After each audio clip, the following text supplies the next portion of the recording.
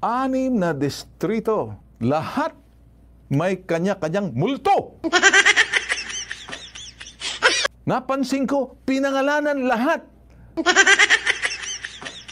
Merong isang congressman na wala sa listahan. Pero distrito lang. Gets nyo kung sino? Pinangalanan si Atayde. Pinangalanan si Rillo. Pinangalanan si Pumaren. Pinangalanan si Vargas. Pinangalanan si Copilar. Meron atang hindi nakasama. Pero District 2. Research nyo nga, sino bang District 2? Maayos ka. Maayos ka. Maayos ka. Alam ko, gagalit ng tatay mo at mga ibang uncle mo sa akin. Hindi kita sasantuhin. Maayos ka. Maayos ka. Marami nagsasabi sa akin, bakit mo naman kasi sasabihin sa ere yan? Hindi naman kami nag-uusap eh.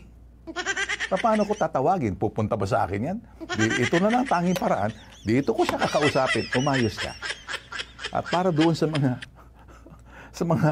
mga kapilido ko, umayos din kayo.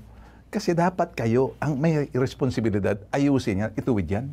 Hindi ko naman madawit sa bagay na mga hindi ko kakagawan. Dahil may apelyido ako. Gets nyo?